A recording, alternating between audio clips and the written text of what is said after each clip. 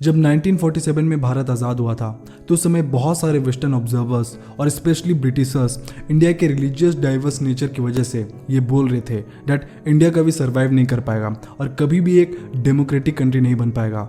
But इतने सारे scepticism के बाद भी इंडिया यूनाइट रहा और एक डेमोक्रेटिक कंट्री बना। Today India is considered as one of the most religious and ethically diverse nation in the world, जहाँ पे अलग अलग कल्चर और रिलीजन के लोग साथ में रहते हैं। बाहर के देशों ने इंडिया की डाइवर्सिटी को हमेशा एक स्ट्रेंथ के रूप में देखा है and it has always been called unity in diversity nation. But the question comes that क्या इंडिया सच में यूनाइटेड है? With each passing day India is getting divided, और इस चीज़ के पीछे किसी और का नहीं बल्कि हम इंडियंस का ही हाथ है। और मैं ऐसा क्यों बोल रहा हूँ आज मैं आपको इस वीडियो में एक्सप्लेन करने की कोशिश करूँगा। और अगर आपको मेरी बातों में सेंस लगता है तो इस वीडियो को लाइक और शेयर ज़रूर करें ताकि ज़्यादा लोगों तक ये बात पहुँच सके। और अगर आप चैनल पे नए हैं then feel free to subscribe to this channel. And now without wasting any time further let's start the video.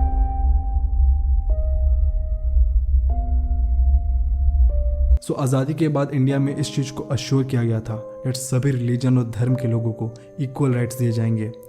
पर इसके कुछ सालों के बाद ही 1964 में हिंदू कम्युनिटी और मुस्लिम कम्युनिटी के बीच बहुत सारे दंगे होने लगे और बहुत सारे राइट्स होने लगे, और इसके साथ साथ बहुत सारे दूसरे रिलीजियस कम्युनिटी के बीच भी बहुत सारे कॉन्फ्लिक्ट्स होने लगे, और तभी से लेकर अब तक ये कॉन्फ्लिक्ट्स बढ़ते ही गए हैं। The national capital, a battleground.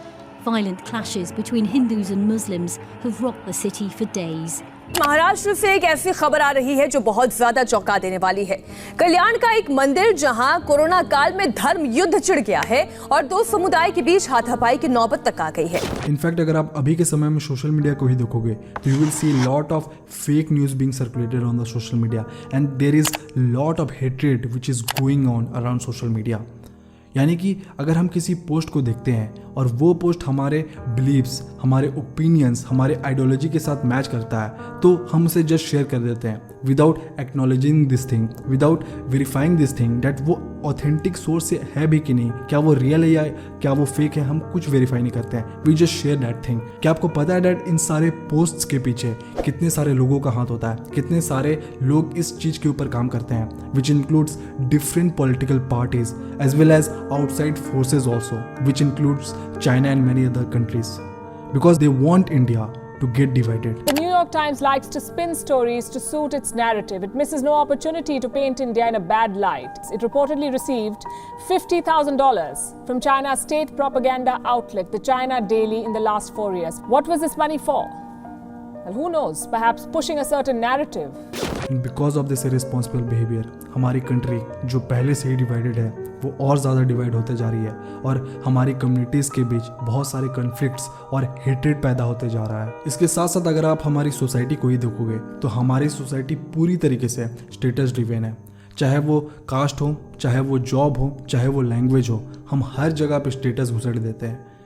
अगर कोई इंसान इंग्लिश बोलता है तो he is considered as a high status person, और वहीं अगर कोई इंसान इंग्लिश नहीं बोल पाता है तो he is considered as a low status person. अगर बात जॉब्स की भी की जाए तो जॉब्स में भी किसी जॉब को हाई स्टेटस बोला जाता है तो किसी जॉब को लो स्टेटस बोला जाता है। इनफैक्ट अगर आप कास्ट के साथ भी देखोगे तो कास्ट में भी किसी कास्ट को हाई स्टेटस बोला जाता है तो किसी कास्ट को लोअर स्टेटस बोला जाता है, और इसी स्टेटस को पाने के लिए हम एक दूसरे को दबाने की कोशिश करते हैं। फॉर एग्जाम्पल अगर कोई इंसान कुछ बड़ा करना चाहता है, कोई एक बिजनेस वेंचर स्टार्ट करना चाहता है या फिर कोई एक स्टार्टअप करना चाहता है तो सबसे पहले उसे यहाँ पे एक राइट इन्वायरमेंट नहीं मिलता है और राइट रिसोर्सेज नहीं मिलते हैं, और अगर उन्हें वो सारी चीज़ें मिल भी जाती है तो rather than supporting that person many people try to pull that person down. लोग उसे खींचने में लग जाते हैं और ये सोचते हैं डैट अरे वो इंसान आगे कैसे बढ़ सकता है।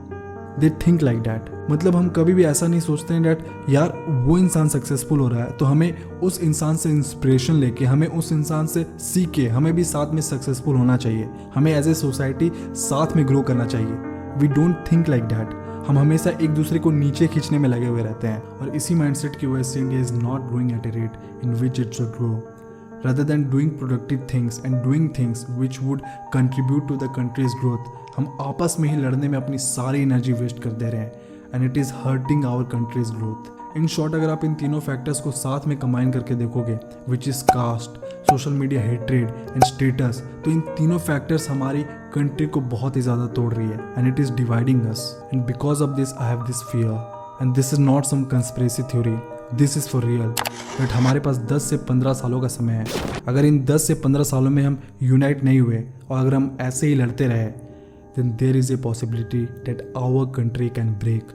And by break I mean that हर एक स्टेट अपने में ही एक कंट्री बन जाएगा, यानी कि मुंबई एक कंट्री बन जाएगा, तमिलनाडु एक कंट्री अलग कंट्री बन जाएगा, गुजरात एक अलग कंट्री बन जाएगा और इसी तरह हम एक दूसरे से पूरी तरह से अलग हो जाएंगे और डिवाइड हो जाएंगे। अगर आप इंडियन हिस्ट्री को ही देखोगे तो इंडिया जब एक सिविलाइजेशन हुआ करता था तो उस समय बहुत सारे डिफरेंट किंगडम्स हुआ करते थे जो एक दूसरे से अलग थे, पूरी तरीके से डिवाइडेड थे और एक दूसरे से लड़ते रहते थे।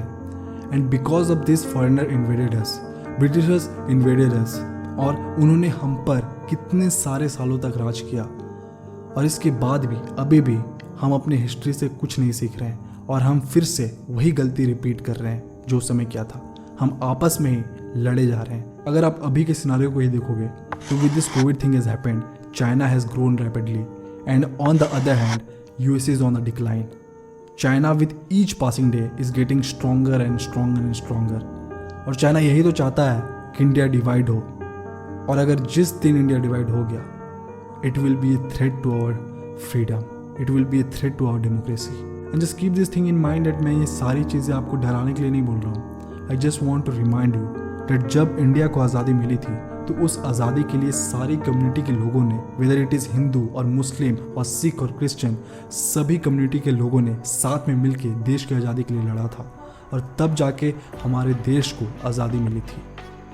आई just want to remind you that हमारी ताकत हमारी यूनिटी में ही है। So let's act responsible as a citizen, let's stop spreading hate, let's start supporting each other and grow together and make this country one of the most powerful nation in the world.